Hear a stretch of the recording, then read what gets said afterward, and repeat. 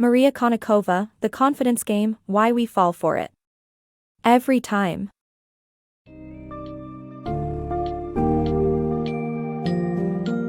Step right up and discover the fascinating world of con artists, charmers, and manipulators in Maria Konnikova's captivating book, The Confidence Game, Why We Fall for It, Every Time. This summary delves into the psychological traits and techniques used by these masterful deceivers to win over and exploit their unsuspecting victims. Learn how con artists create a false sense of similarity, build trust, and employ strategies such as the foot-in-the-door technique and cognitive dissonance to support their nefarious endeavors.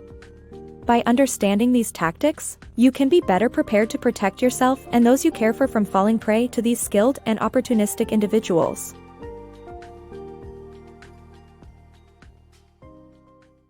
The Art of Deception.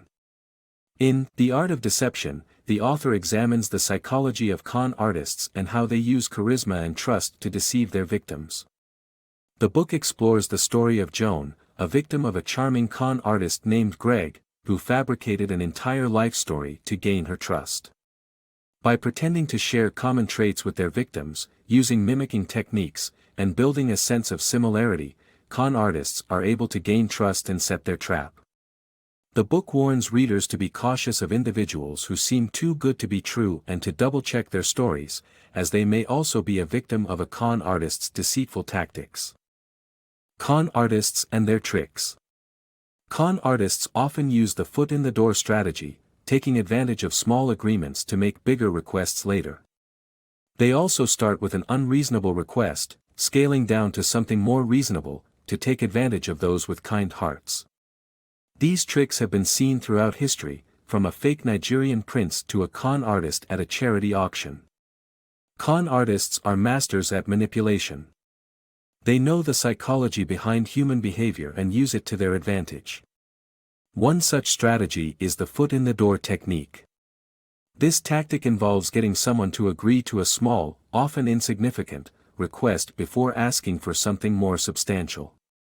The idea is that once you've agreed to a small request, you're more likely to agree to a larger one.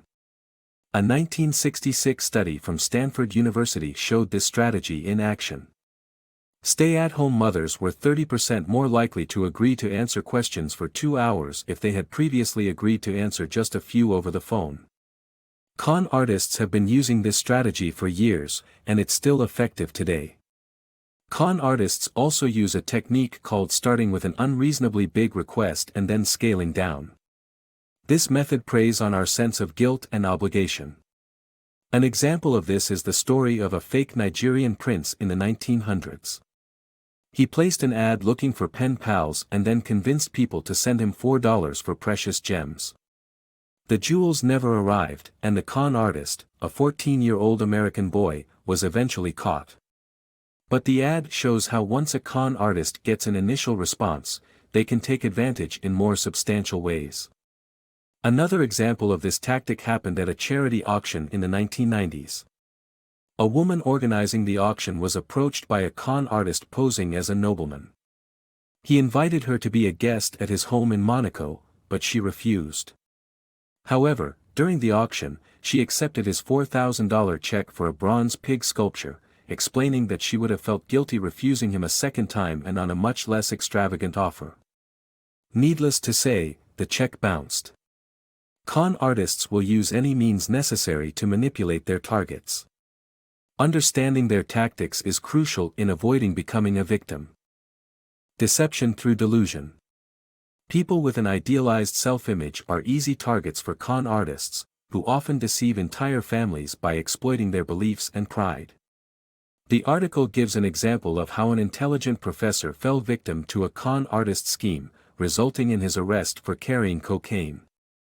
Similarly, a French family was scammed of all their assets and property by Thierry Tilly, who exploited their pride and convinced them of an international conspiracy against them. Con artists use their knowledge of human psychology to manipulate people and sway them into trusting them, creating a false reality that ultimately harms them.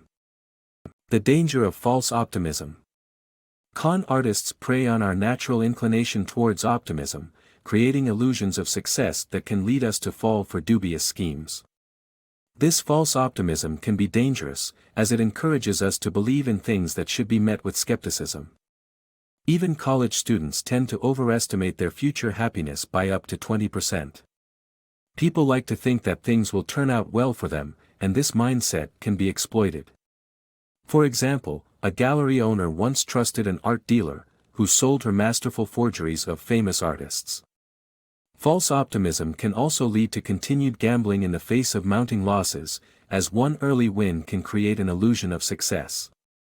In summary, it is important to be aware of our natural inclination towards optimism and to approach things with a healthy dose of skepticism to avoid falling for dangerous schemes. The power of cognitive dissonance. The concept of cognitive dissonance explains how people reconcile their beliefs with reality, even when contradictory evidence is presented. Psychologist Leon Festinger observed this phenomenon in a cult that believed in an imminent alien invasion. Despite their beliefs being disproved, they reconciled it by claiming their meditations had saved the world. Con artists use the same technique by winning our trust and dismissing any contradictory evidence. The story of James Norfleet, who lost his money to a non-existent investment, is a perfect example of this. Understanding cognitive dissonance is crucial in protecting ourselves from frauds and irrational beliefs. The power of reputation. Our reputation is a valuable part of our identity, which extends beyond personal relationships to society in general. Our reputation is based on economic, social, and cultural contexts. People are more inclined to collaborate with others if they have a good reputation, and it helps to gain trust even from those who do not know us personally.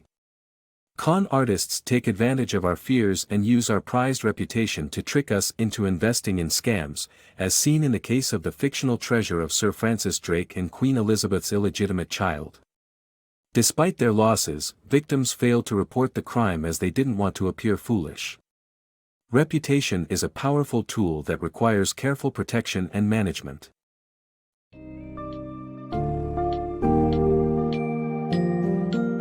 In The Confidence Game, Maria Konnikova uncovers the inner workings of con artists and reveals the psychological tools they use to exploit our innate desire to trust, our pride, our optimism, and our need to maintain a positive reputation.